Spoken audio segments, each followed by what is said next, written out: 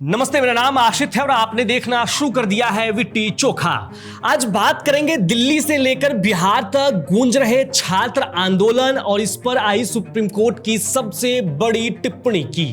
20 जुलाई को NEET paper leak मामले को लेकर कॉकरोच जनता पार्टी के आह्वान पर हजारों छात्र केंद्रीय शिक्षा मंत्री धर्मेंद्र प्रधान के इस्तीफे की मांग करते हुए संसद की तरफ बढ़ रहे थे। पुलिस ने इस प्रदर्शन को रोकने के लिए लाठीचार्ज किया और आंसू गैस के गोले दागे। अब इस पूरे मामले पर सुप्रीम कोर्ट में एक बेहद अहम सुनवाई हुई है, जिसने पुलिस प्रशासन की कार्रवाई पर कई गंभीर सवाल खड़े कर दिए हैं। मुख्य न्यायाधीश सूर्यकांत, जस्टिस जॉय माल्या बागची और जस्टिस वी मोहना की 3 जजों की पीठ ने इस मामले में दूरगामी निर्देश दिए हैं। सुप्रीम कोर्ट ने साफ आदेश दिया है कि 18 साल से कम उम्र के जिन प्रदर्शनकारियों का कोई पुराना आपराधिक रिकॉर्ड नहीं है, उन्हें तुरंत रिहा किया जाए।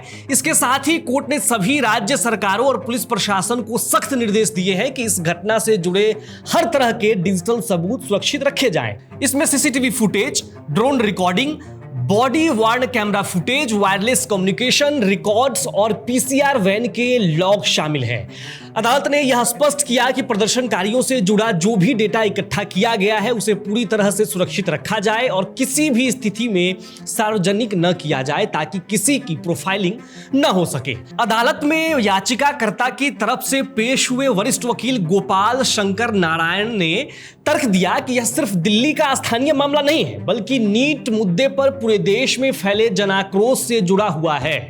चीफ जस्टिस सूर्यकांत ने सुनवाई के दौरान याचिका में दर्ज तथ्यों का जिक्र करते हुए कहा कि प्रदर्शनकारियों पर जिस तरह का बल प्रयोग हुआ है वह चिंताजनक है।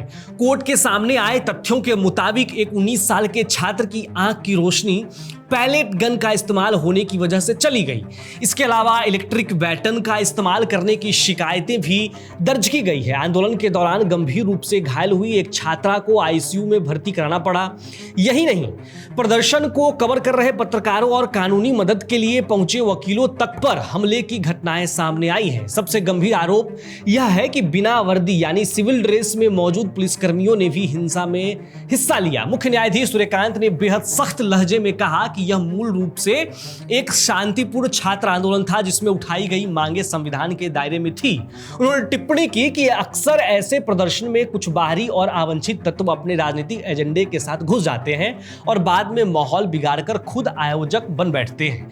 दूसरी ओर पुलिसकर्मियों के परिजनों की तरफ से भी याचिकाएं दायर की गई हैं, जिनमें दावा किया गया है कि उग्र भीड़ के हमले में कई पुलिसकर्मी भी घायल हुए हैं। हालांकि पुलिस की भूमिका पर उठ रहे सवालों की सूची बहुत लंबी है।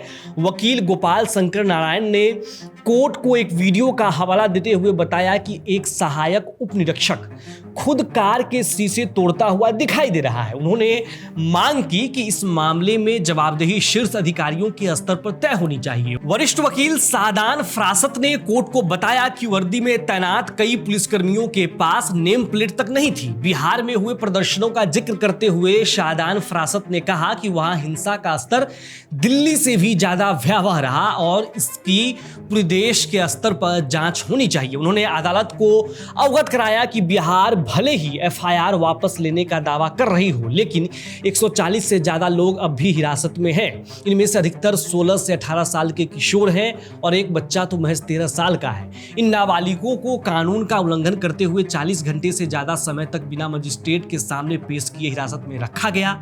वरिष्ठ वकील प्रशांत भूषण ने कोर्ट के सामने जुनैद मलिक का मामला रखा। जुनैद प्रदर्शनकारियों को खाना बांटने आया था, लेकिन उसे उठाकर आंखों पर पट्टी बांधकर मसूरी हाईवे पर फेंक दिया गया और उसके परिवार को परेशान किया गया। वहीं वरिष्ठ वकील श्याम दीवान और वृंदा ग्रोवर ने सुरक्षा व्यवस्था पर बड़ा सवाल उठाया। उन्होंने बताया कि जंतर मंतर पर तड़के 4 बजे पत्थरों से भरा एक ट्रक पहुंचा जो दिल्ली पुलिस के कई सुरक्षा घेरों को पार करके अंदर आया था। अगर पुलिस को इसकी भनक तक नहीं लगी तो यह सुरक्षा व्यवस्था पर बहुत बड़ा प्रश्न चिन्ह है। सुनवाई के दौरान जस्टिस बागची ने कहा कि पुलिस बल के पास आक्रामक हथियारों से ज्यादा सुरक्षा उपकरण होने चाहिए थे। वरिष्ठ वकील अभिषेक मनु सिंघवी ने भी विभिन्न राज्यों में हुई हिंसा के आंकड़े कोर्ट के समक्ष रखे।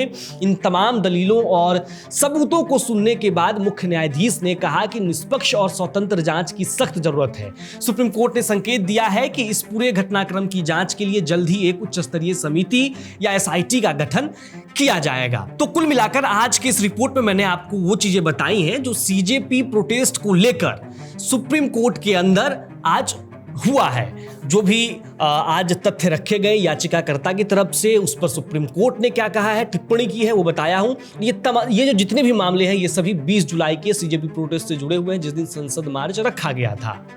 अब आप यानी कि दर्शक, आप बताइए कि आप इस पूरे मामले पर क्या सोचते हैं। अपनी राय कमेंट बॉक्स में लिखिए, चैनल को सब्सक्राइब कीजिए और देखते रहिए विट्टी चोखा।